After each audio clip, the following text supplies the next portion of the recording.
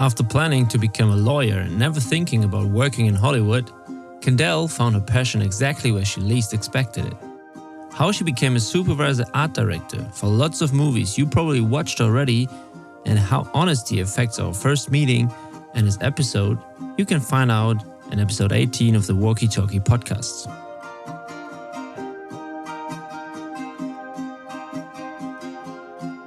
So, Walkie Podcast is a recording episode 18, and I'm back in Vancouver with my guest today, which is Kendelle.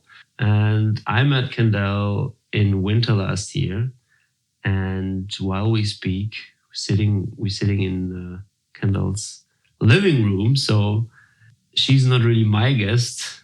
Again, I'm more a guest of you. I had this situation a couple of times ago with guests. I would like to tell, if you would like to tell how we met and where we met.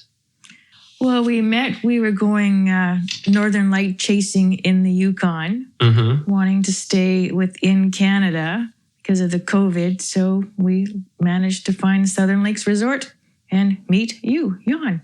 What happened when you went there and meet us there? Well, it was pretty amazing when we landed and we're waiting for our luggage. There were 2 fox out on the tarmac. So first wildlife sighting, not even having left the airport. Yeah. And then just how remote it was, being driven like an hour and a half south to the resort. Just so wide open. And our driver was great because she's like, you make the mistake of forgetting something in Whitehorse because they live like half an hour from the resort, and they made the mistake of having to go back to Whitehorse once for one thing they forgot on their list. Because when you're driving down, there's no corner stores. Yeah. Then she took us, we went to Carcross, like a nice little private tour, and then got to the resort and looked out at the expanse of this lake that was huge. And it was, which time was it? Was end of December? It was end of January. End of January, all right. Okay. January 27th to February 2nd. Pretty dark. It was dark for breakfast. That was pretty unusual. Walking at like 9 a.m. in the dark to go and eat, and then the light coming through at 10:30, being bright. But so dark and so bright with the stars at night. So, because I ask that for a reason, because I always like to talk about encounters. So we both, like Dan, your partner, and I, we encountered each other at this special place. What do you think about encounters in general? How do you go through life with encounters? Do you have everyday encounters, or do you never thought about it? Not everyday encounters, but enough that if there's connection, you just go with it, right? When we went, or when you were in the resort, was it the first conversation which we had about the Negroni? Yeah. That was it, huh? Yeah. So thanks to you, now I'm knowing what a Negroni is. That's why I stuck to gin and tonic. Yeah. So you asked for a Negroni, and I was working as a waiter, and it was like, what? To be honest, I don't know what it is. Yeah, that's okay. Yeah. Good to be honest. Yeah. And I can also be honest now because maybe you know it, but I think you were the first guest where I did the snowmobile tour with alone, because I never drove a snowmobile before. So I went to the Yukon and started learning it very quick. And they asked me if I can do tours with guests. And I was like, yeah, sure, I can do that. So I did it a couple of times with another guide and guest. So I think you guys were the first ones where I just did it by myself. Whoa. Did you notice to tell that? the story. No. No, okay, not at all. That's perfect. No. Nice. Was it the first time for you to drive it, or you did it before? No, I did it before working on Cold Pursuit. But I drove it once, but I was usually the passenger. So I was a little more familiar with it because we did it daily. Yeah. So that was 5 years ago. So going back on it this time was like the first time. That's a good point what you say, because of it, you had to work with it, because your job is very interesting for me, and I didn't notice what you're already doing until we met again in Vancouver, because you invited me and my dad and my bonus mom And my dad was asking me, what are they doing? I was like, I don't know. I just became friends with them. They're nice. I don't know what they're doing. We didn't talk about that. And then we figured it out. And I was like, okay, that's a very interesting job. But I really never thought about much what is it about. So you're an art director? Yeah, supervising art director. For movies. Correct. Yeah. So what is it about? What is your job about? What are you doing? Well, my job is kind of the second person in the art department to the production designer, who would be my boss. And whether that person's male or female, they're the one who deals with the director and set the overall creative look for the movie or the overall look of the movie. So that person is in charge of the design, and then I'm responsible for making sure that happens, talking to everybody within the art department, props, set deck, construction, paint, costume sometimes, effects sometimes, and stunts. So really it's kind of more... It's quite a lot. It's a lot. It's a diplomatic job. I'm mostly talking. I may create like one graphic or one build, but usually it's more just talking and Microsoft like breakdowns and just making sure everybody knows what they're doing when they're doing it. Right.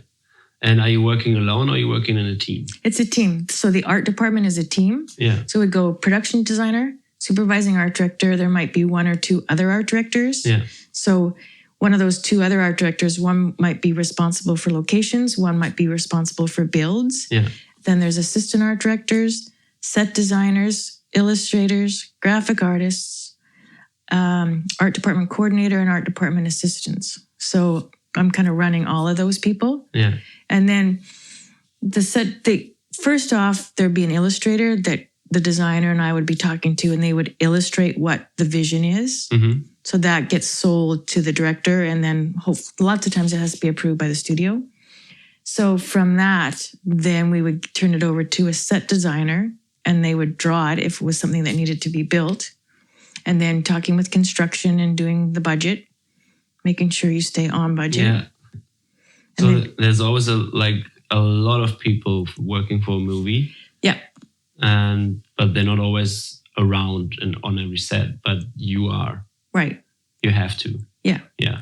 I have to go out everywhere and just make sure, like, once the drawings go out, then I would go to the construction shop and just see if they had any questions, how it was going, making sure they were following what the drawings were.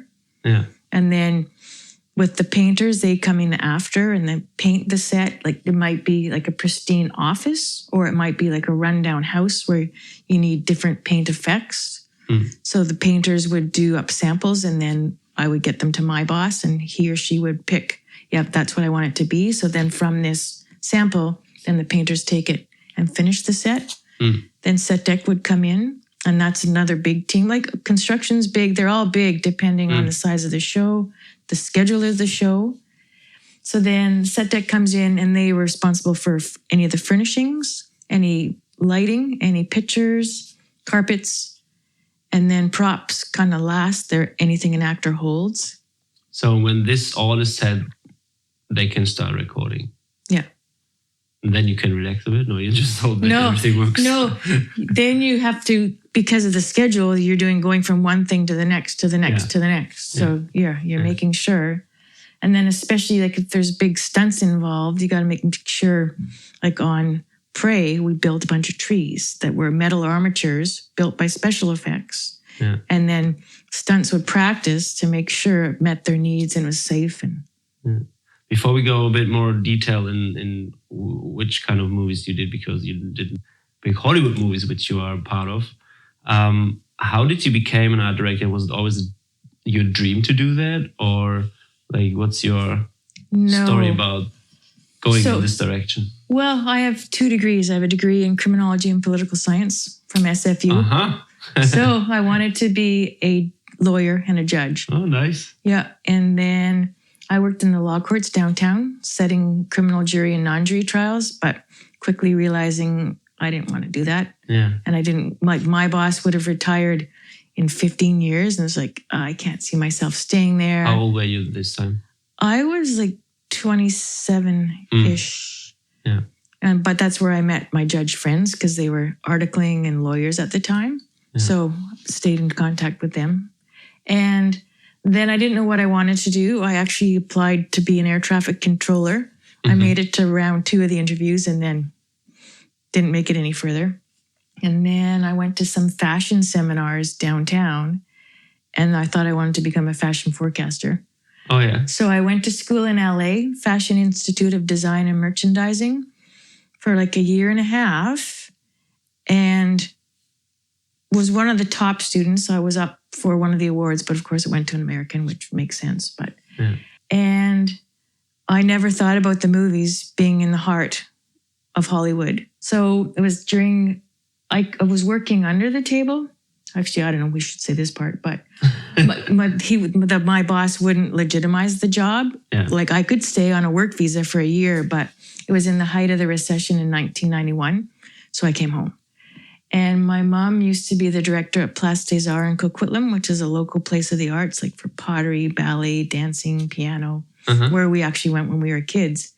And I never thought of the arts as a career. Yeah. And she said, oh, you should talk to this guy. He designs sets for movies and for telethons and for fashion shows. So I talked to him and he's like, oh, have you ever thought about the movies? I'm like, no. So he told me about it. So that was in 1993, 92, 93. I started pounding the pavement, didn't know anybody, and got my first job on a small Canadian movie called Whale Music. Say it again? Whale Music. Whale Music, yeah. Yeah, it was pretty good. Yeah. And then... And how was your connection to movies at all? Like, did you like movies? I loved movies, but just never thought about working in the movies. Okay. And then once I started working, like that was in the fall in 93. And then in 94, at the beginning of the year, then I just started working. And I was happy being an assistant art director, and just then kind of by fluke, art directing fell into my lap. So yeah. And I've been asked to production design, but I've passed. And after we got back from the Yukon, it was more like April-ish. I was asked to design like a $45 million feature. And it was great to be asked, but I said, thanks, but no. Why? No. Because I don't want... I think saying no is like I had it in I think 2 episodes ago with other guests, like we talked about that to saying no is sometimes easier than yes, but in this way it's probably harder to say no for you instead of yes. So that's why I'm asking. Well, it's hard to say no in that, I mean, it would be a great step to take, but I don't have any aspiration to design. Like it's a whole other level. Yeah. And then like with that comes way more politics, and I'm happy with where I've gotten to in my career, that I know when to say no. Yeah. Oh, that's good. Yeah. So, what was your... Well, Sounds wasn't like you said. Wasn't a big movie. No. So how did you turn into Hollywood then? Working in Hollywood for the big movies then? It's just kind of the way it goes here. So my first thing was a pilot after Whale Music, and then it was a TV, another pilot, and then that pilot went to series, and then my first feature was The Hunted, and then. From there, I kind of did in the mid-90s and into 2000, there were a lot more features coming here than there are now. And it was just, there were Hollywood features. That's what Vancouver does because it's Hollywood North. So then it's just by the people that you work with. In 95, I did Homeward Bound 2 with a local production designer named Michael Bolton, not to be confused with the singer, although he did stay in the singer's suite in Hollywood. Okay. By thinking that it was the singer. So I worked with him for many years. So that's kind of how it works. Yeah. So what was your favorite movie then so far? Because you did a lot. Yeah, I think my favorite would be Interstellar, only because it's my first time working in Alberta, which I love, but working with Christopher Nolan. Yeah. And then, I mean, it's the only time most likely in my career that to work on an Oscar-nominated movie. Yeah. And we didn't win because it was up against Grand Budapest Hotel, which total design movie, but that was huge. Yeah. Working as an art director then isn't like a Monday to Friday job. I'm pretty sure like it's more project works, like you Or how is it? It is Monday to Friday. It's Monday to Friday in that it's 12-hour days. So your normal week is a 60-hour week. Yeah. Often you might work Saturday, a 6th day. And as an art director, I typically on a Sunday kind of organize for the week. So that's kind of free time. So, but you have this project or a movie and then you work on it for how long? I don't know. Yeah, it depends. If it, like most movies used to kind of be 6-8 months. Yeah. Some are 4. Yeah. But each contract or each movie, each show is finite. And then you have kind of the project is done and then you're looking for the next one. So there's always a gap, I guess. Yeah. Not always. Sometimes Depends there's on you. overlap. But yeah, it depends. Yeah. So you can be very busy. Yeah. Yeah. Oh, yeah. Like when I worked on iRobot, that was virtually an entire year. That was huge. And so you're from Vancouver. Via Ontario. Okay, but I moved when I was 7. Yeah, and so since that from Vancouver. Yeah. Did you saw the change of because now you talked about already about Vancouver's Hollywood North. Did you notice the progress in the last 30 years that more things are happening in Vancouver, or was it always this situation and we didn't knew about that? Or no, lots of people don't know, but there's a lot more that goes on in the last probably 20 years. There's a lot of TV in Vancouver. Vancouver's now more of a TV town. It's what I kind of joked in 2012, that TV, the wave of the future. And I mean, look at it. It's busy. So it was before like LA, Hollywood was in the 90s, maybe the main Hollywood, and now it changed to Vancouver. Do you know why? Money, dollar, and crews. Like we had really good crews. Yeah. That's what enticed people to come, and the location. What's it about the location? Is it because there's more diversity and getting nice places where you can make movies, or what is it? Well, yeah, it's location, it's the outdoors, and then like just studio space is cheaper than in America. So the Hollywood where we're always thinking about when we don't know about it, it doesn't really exist. It does. There's not that much. Like LA's probably a bit busier than it has been. But I mean, Atlanta's another huge hub, and New York, but Montreal. So, but it's getting more like LA. It's getting more the touristic thing, or the like where people live, and the most real action of movies happening in Vancouver, Atlanta, New York. No, or still also. It's still LA, but LA too. It's so spread out. So lots of people. And Vancouver's the same now. Like people, if you live in a certain area and the studio's like an hour or more away, people will turn shows down because they don't want to drive in the traffic there. Yeah. And it's kind of getting to be that here because they're putting lots of stuff out in Maple Ridge or further, Aldergrove. Okay. What is your favorite movie then? Favorite movie that I've done or favorite movie? Well, when you're done, you said like it's kind of Interstellar, you would say? Probably Interstellar. iRobot, even though we did that in 2003, that still holds the test of time. Yeah. Although with Will Smith, I don't know. Yeah. Oh, and another movie that I quite like is Operation Finale, based on the true story of the tracking down of Adolf Eichmann, one of the most notorious SS Germans. You have to watch that one.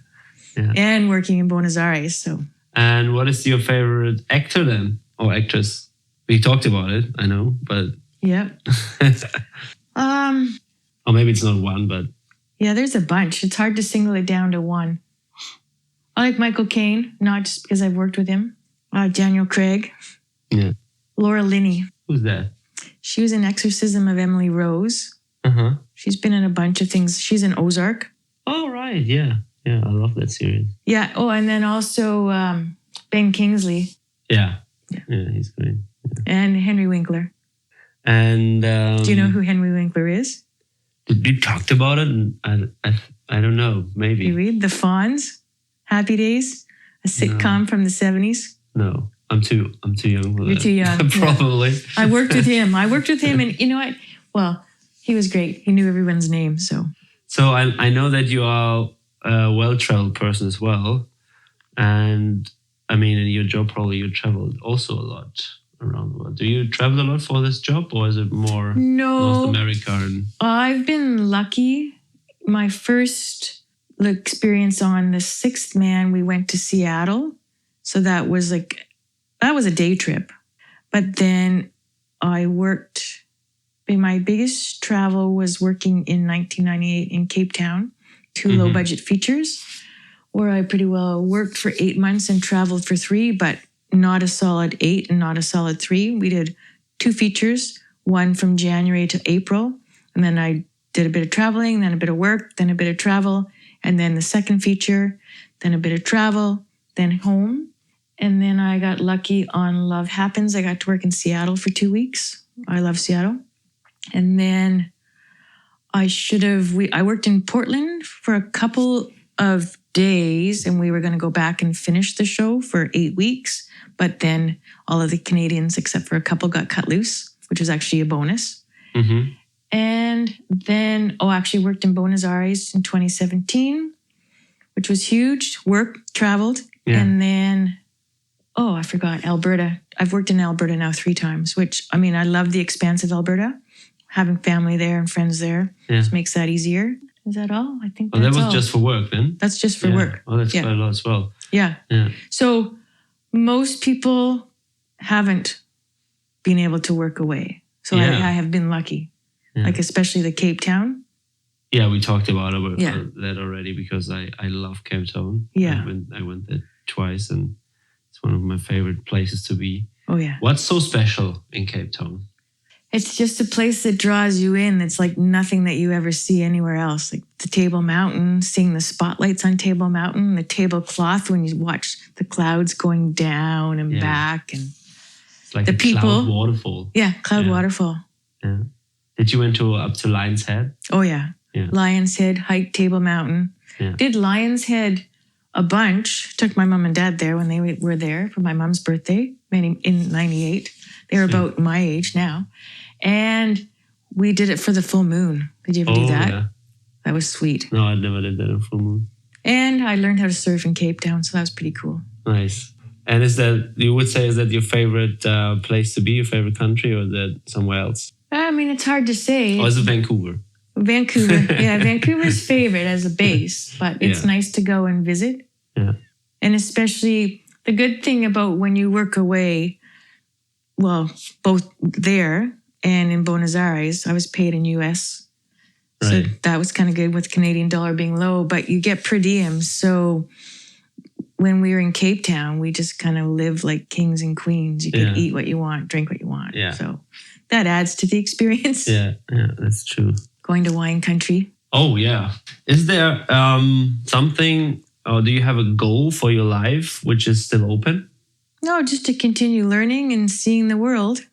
Yeah. So no, like, how's about your work? Like you still work or you just... No, I'm kind of, well, everyone calls it semi-retired. If there were the right thing to come along away and not in Vancouver, then most likely. And even though I say not in Vancouver, like I said to you before, like out of the blue, it seemed like there was going to be Cold Pursuit too. Yeah.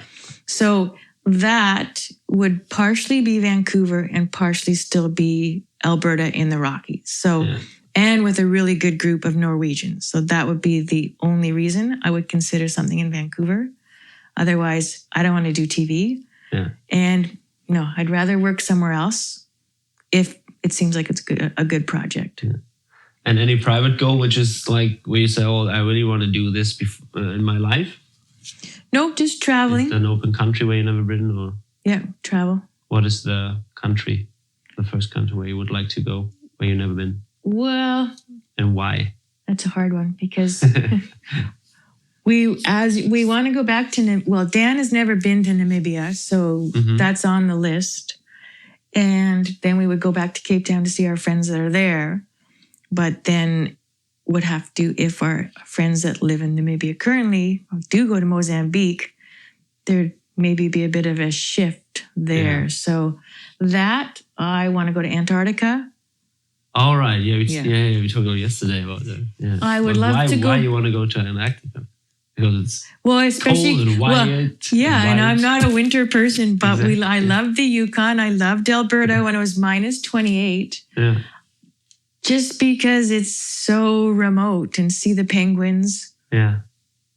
Yeah, I think it must be very special because you can maybe say, oh, it's just ice and white, but I think it's maybe even more intense than Yukon, because if you were going to the Yukon or places like the Yukon, you really feel the remote area. You feel that nature is having more power than everything else in these areas. Okay. And I think in Antarctica it would be probably even more intense, because if you just go on the ice and realize it's just ice around you, like there's... well, if that you're must be very interesting. kayaking and the wildlife, and then the crossing, right? Like most people get sick, but I think it might have changed a bit now. It might be a bit easier. But just to go down to the very tip of South America and go even further.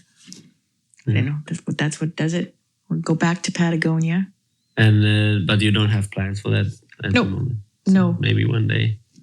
One day. So how is Vancouver then for you? Because when you it was always your base or your home. How is it to live in Vancouver?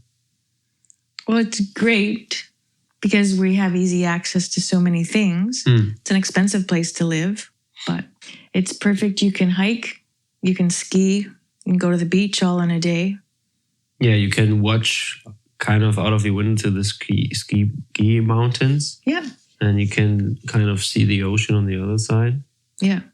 We're in a pretty good spot. But did you ever thought about living somewhere else? No. Or was it like of course, you grow up here, very important part of your life, and then... It's interesting when, like, in my adult life, I lived in Kits. For most of it, I never thought I would leave Kits because we always joke, too, that it's like the center of the universe. Yeah. Like Toronto, they think they're the center of the universe. Yeah. People from Kits do. But so we moved from the extreme west of Vancouver to the extreme east, and like just up the hill is the suburbs, but we're still in Vancouver. So that part's good. And I mean, I never thought I could live outside of Kits, but it's so nice to have your own little piece of green space. Just be, go out and do what you need to do, then come back and you've got your own private sanctuary. Yeah. And go out if you want to go out again, or just stay in. Doesn't matter. Yeah. Go paddling, go dog walking. Yeah, you can be very active. Yeah. Yeah. How's it about the weather?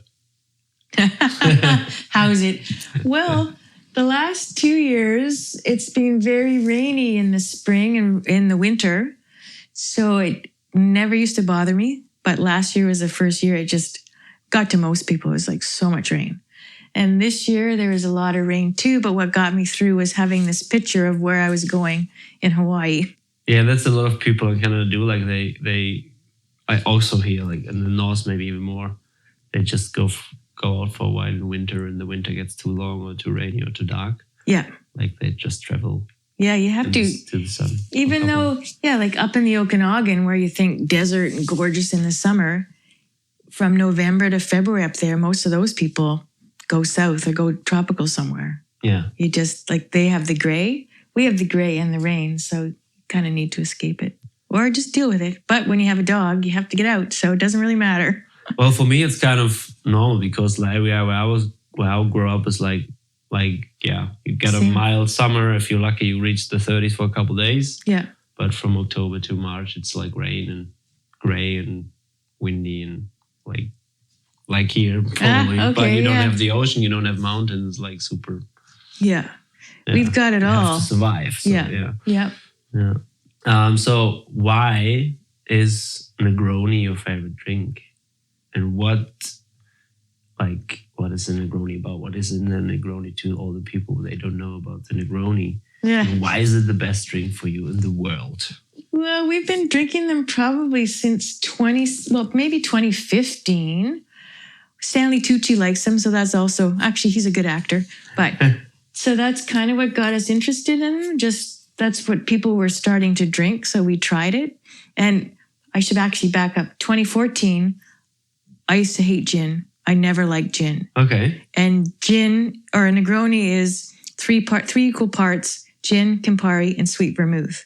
Yeah. So prior to 2014, I wouldn't have liked a Negroni, but because my neighbor, Karen, and I went to a From Garden to Glass course at a garden shop, they got one of the top bartenders in Vancouver to come and talk about the drink part. And so these two guys showed you how to make different drinks. Yeah. And all of the drinks were gin-based. And we were both, Karen didn't like gin either. Hey, we like gin. So the best thing that he made was an elderflower smash. So it was gin, simple syrup, lemon, and Saint Germain, which is an elderflower liqueur. But he taught us how to make Ain't Germain, kind of a play on words, which is pretty good. Yeah. So after the class, Karen and I made it. But it took hours. Elderflowers are these little tiny, like 1/4-inch flowers that you've got to take off the branches. So we're like for 3 hours doing this. So your neck is like so sore. So I did syrup by myself, which is pretty easy. You don't have to be so specific, and you just put them in a sugar water. And, that was pretty specific. So we've made it once, but now we'll just buy Saint Germain. Yeah. So then we started Negronis, and then it was starting to be cool. Like this bartender, we would go to his restaurant, which was West, which is no longer there. And like he would show us how to mix things and tell us about things. That's how Dan got interested in old fashions, because he's like, okay, I don't want a girly drink. What would you suggest? So that's what started that. But that's when bartenders were starting to barrel age drinks. So I got my own little barrel and I made barrel aged Negronis. Yeah. So that you put it in a barrel for a month, and every week you turn it like a quarter turn. So it's getting the oak off the barrel and it just smooths it out. Nice. So I haven't done that in a while, but. Oh, it's interesting because I think with gin, you have to get the right gin. Like if you drink the cheap things, like you probably will never. No, if you take it from your mom and dad's liquor cabinet when you're a kid, that's what. Like, ugh. Yeah. The juniper was like too much. But now, and now, like you say, there's so many different varieties of gin, so many good ones. Yeah, because gin tonic is my favorite drink. Like I can drink it a whole year. You can, even in the winter. Yeah. Well, it's more tasty in summer, definitely. Yeah. It's like it just quenches your thirst in the summer. It belongs definitely more in summer, but I can drink it. That's funny too. So gin and tonics, when you're traveling, especially in Africa, the quinine wards off the mosquitoes. But Dan never liked gin and tonics either. But when you're out on safari in the heat and they call for sundowners and they ask you if you want a gin and tonic, like it's so fitting. Yeah, absolutely. Dina want to be part of it? Of course, Dina. He's in the Pilates Zooms. The instructor will go, "Hi, Dana," because he'll come right there and stand in the middle when it's live. Dina's your dog. Dina's our dog. You can sit next to me if you want. Whoop. Whoop. Don't destroy my laptop. So do you have a story or encounter on your work with a very special person like Christopher Nolan or an actor which had an impact to you? Where you say, that's something which I will always keep in mind, this conversation or this situation? I guess the first thing that comes to mind in what year was that? 1996. We did a pilot called Gold Rush for Disney, which was actually about the gold rush. So it was 1899, 1900s. And on that show, I was actually doing graphics. So making old-time labels for cans, like of boiled chicken, pears, peaches, any kind of goods like that the actors said, these are so authentic. You guys have helped us get into our roles. Right. So that was pretty good. Oh, cool. Yeah. So that was kind of like what you really like to hear. Yeah. Like your work is perfectly done. Yeah. Perfectly done. Yeah. And that's what, like, lots of people will say to Dan, well, what is it that Kendelle does? And he'll say, well, take a look. Like if you drive down a town and there's signs, if something jumps out at you, then they haven't done their job. Right. If it all blends, then they've done their job. Yeah. I mean, there's people like they have YouTube channels for finding mistakes in big movies. Oh, yeah. Yeah. Yeah. So we can't find your movies there. Well, I think there are a few. I haven't looked, but... I ask a couple listeners if they have a question to an unknown person like you, they can send it to me, which a few of them did. Ah, wow. So the only thing that they knew was that you were a woman, because I didn't told your name or anything. It's a she. And one question is, if you could travel back in the past, what would you do different and why? I don't think there's anything, because like anything you do is like a stepping stone to the next thing you do. And you can draw on your past if kind of that's your perception. So one of the first TV shows that I did was The Marshal, which was about like American policemen that are called marshals. And I could phone up a marshal and ask him questions and be able to ask legitimate questions because of my degree in criminology and knowing what I knew from the courts. So it's all learning and just getting you to where I think you're kind of meant to be. And I think if you are happy with the things you do and accepting, you probably say, well, why should I do something else? Yeah. No, because again, like I would have been happy ending my career as an assistant art director. Yeah. But now I've ended it not being an art director, but being a supervising art director. Yeah. So I wouldn't change anything.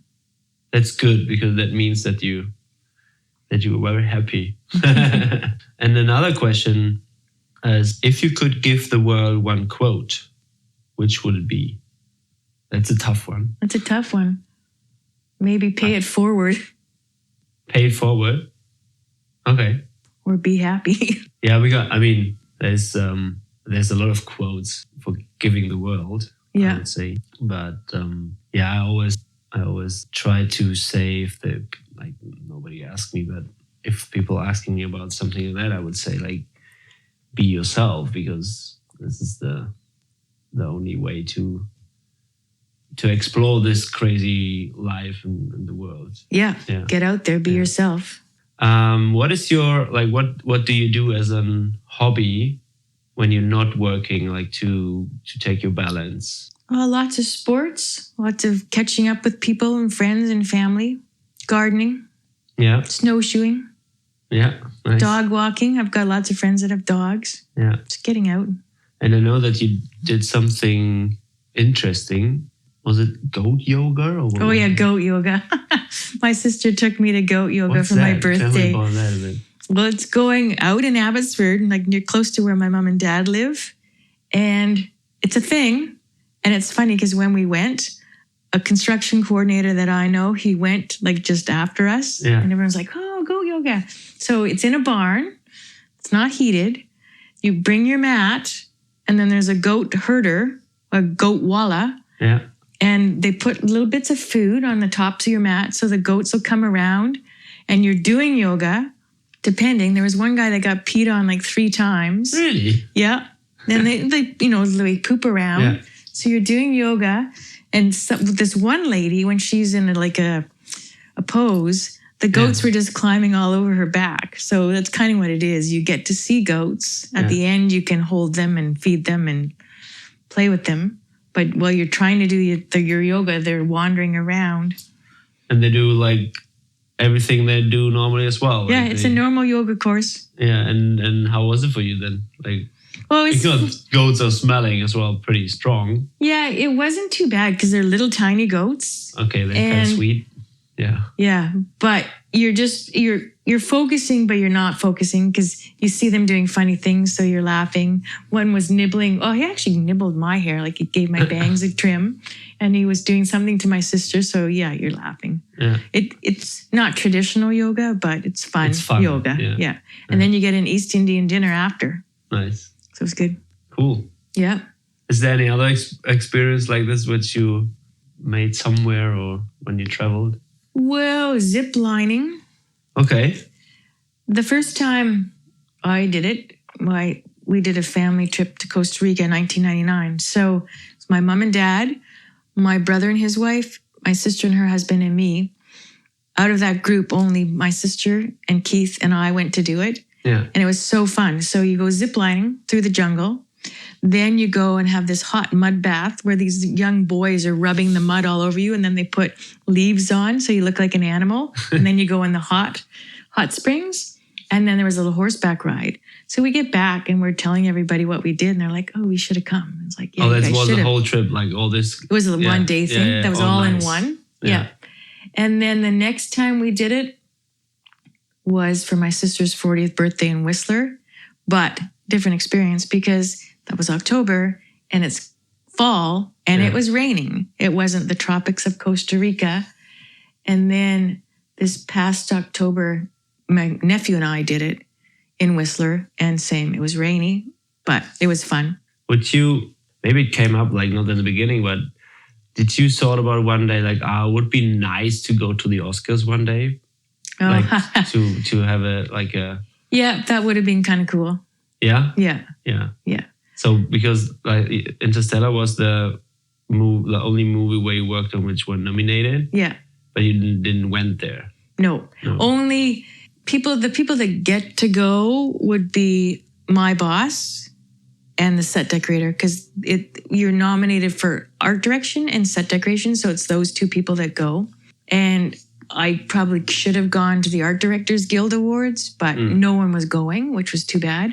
So a friend that's a decorator just went this past spring to the Art Directors Guild Awards. But okay, one other cool thing. So this one designer that I worked with on Words and Pictures, Patrizia von Brandenstein, she actually worked on Amadeus. I don't know. Do you know that movie? I don't know it. I heard about it. I don't know it. Yeah. Big time movie. Amazing movie. So she's been around a long time. When I worked with her, she was probably 73. And that was 2013. I don't know which year it was. Maybe 2016. Maybe 2017. She was getting a Lifetime Achievement Award at the Art Directors Guild dinner. And she named all of the art directors she's ever worked with. Oh, nice. So my friend, the one that I told you about that lost everybody, the props master, she was at those awards and she texted to say, Kendelle, I'm the only one here probably that knows you, but some other people should have known you, but Patrizia called you out, gave you a really nice shout out. So that's cool. That's cool. Yeah. Oh, that's cool. Yeah. But it also shows that like your job is kind of under the radar of movies, Like, yeah.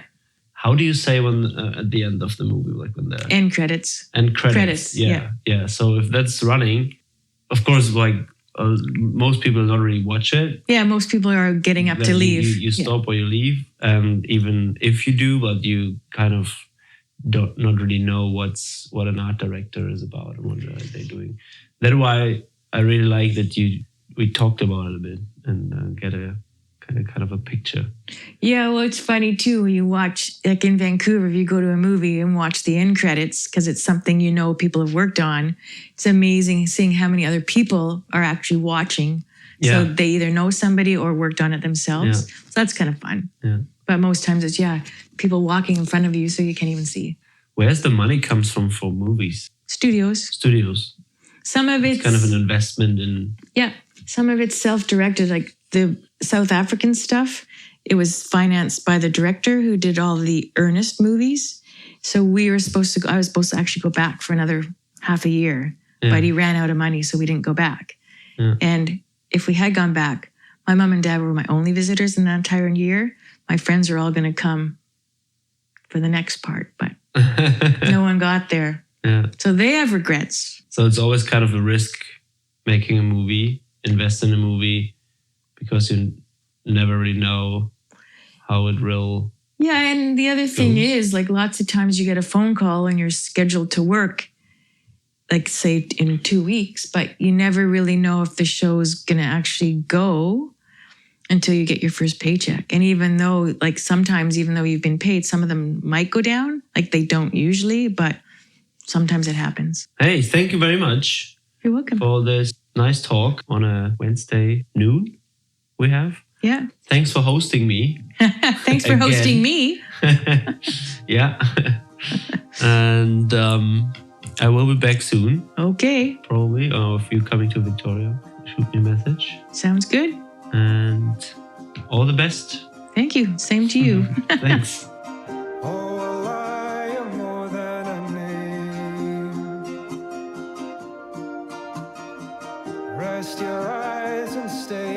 my shade. You are hiding over the hill in a quiet, never so still. From a light to the city lights, somebody told me to believe in better times. From a light to the city lights, somebody told